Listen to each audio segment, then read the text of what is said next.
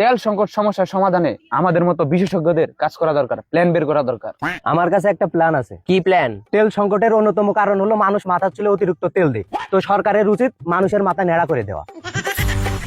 দেখ, তেল সংকট দূর করতে হলে আমাদের ভাজা পোড়া খাওয়া কমাই দিতে হবে। পেঁয়াজু, বেগুনি এসব যে পরিমাণ তেল থাকে রে ভাই, এসব খাওয়া যদি আমরা কমাই দিই তেল সংকট দূর হয়ে যাবে এমনি। আমরা জ্বালানি তেলের সংকট নিয়ে কথা বলতেছি। জ্বালানি তেলের সংকট হবে না, বাংলাদেশ তো আমদানি নির্ভর দেশ, এই কারণে তো বাংলাদেশে তরমুজের প্রভাব পড়তেছে। এটা তরমুজ না, হরমুজ।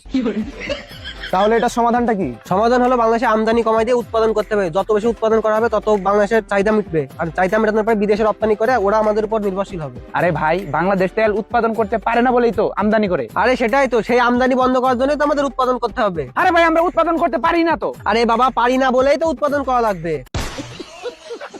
মেজাজটা কেমন গোলা ভাই? আরে সীমান্তর কথা বাদ দে, তোরা আমার কথা শুন। হ্যাঁ বল। তোরা কি জানিস মানুষ যে মানুষকে তেল দেয়? হ্যাঁ, যেমন জুনিয়ররা আমাদেরকে তেল দেয়, আমরাও আমাদের সিনিয়রদেরকে তেল দেই। এই যে মানুষের তেল দেয়া দেই, এটা বন্ধ করতে পারলেই তেল সংকট দূর হয়ে যাবে। আরে এই তেল দেয়া বন্ধ করলে তো রাজনীতি টিকবে না। দেখ বেড়া, তোরা একটা সহজ সমাধান খুঁজে বের করতে পারলি না। তুই বের কর না। আমি তো বের করেই রাখছি। কি সমাধান বল? তেল সংকট সমস্যার সমাধান করতে হলে আমাদের পানির সাথে তেল মিশাতে হবে। বাংলাদেশে যত নদী, নালা, খাল, বিল, এমনকি সমুদ্র, এই প্রতিটা জায়গাতে আমাদের পরিমাণ মতো তেল ঢেলে দিতে হবে এবং সেই তেল পানির সাথে মিশে সব তেল হয়ে যাবে। তারপর সেখান থেকে নদী, নালা, সমুদ্র থেকে পাইপ সাপ্লাইয়ের মাধ্যমে মানুষের ঘরে ঘরে তেল পৌঁছে দিলাম। তেলের কোনো অভাবই নাই, পাম্পেও যাওয়া লাগলো না। কি বলিস তোরা? হাট, তেল আর পানি কখনো মেশে দেখছিস কখনো? কিসে না? এই তুই কি পাগল নাকি? আমি বলি শোন, বল বল। গাড়িতে তেল কেন লাগে? কেন? কারণ গাড়িতে ইঞ্জিন আছে, আর ইঞ্জিনের জন্যই কিন্তু চাকা ঘুরে।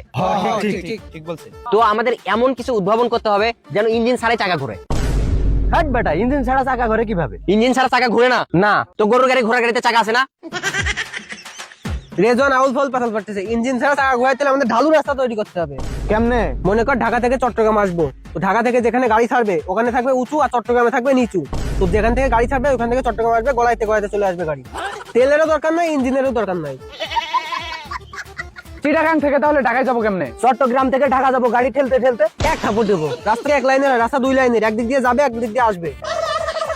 মামা, আমি একটা বৈজ্ঞানিক প্ল্যান দিই। বল বল। আমরা জানি যে পদার্থকে যদি তাপ দেই তাহলে পদার্থের অণুগুলো একে অপরের থেকে দূরে চলে যায় এবং আয়তন বৃদ্ধি পায়। হ্যাঁ ঠিক ঠিক। তাহলে আমরা তেলকে তাপ দিয়ে তেলের আয়তন বৃদ্ধি করি। এমন আছে 1 লিটার তেল 5 লিটার হয়ে যাবে।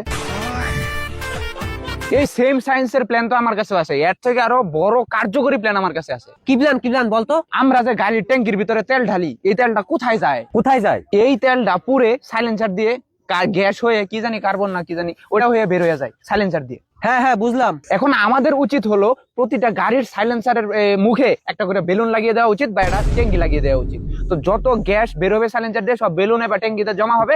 সেটা সারাদিন গাড়ি চালিয়ে তারপর সেই ট্যাঙ্কি বা বেলুন আমরা ফ্রিজে নিয়ে রাখলাম, ফ্রিজ সমস্ত তাপ শুষে নিল, ওই গ্যাসটা আবার তেল হয়ে গেল।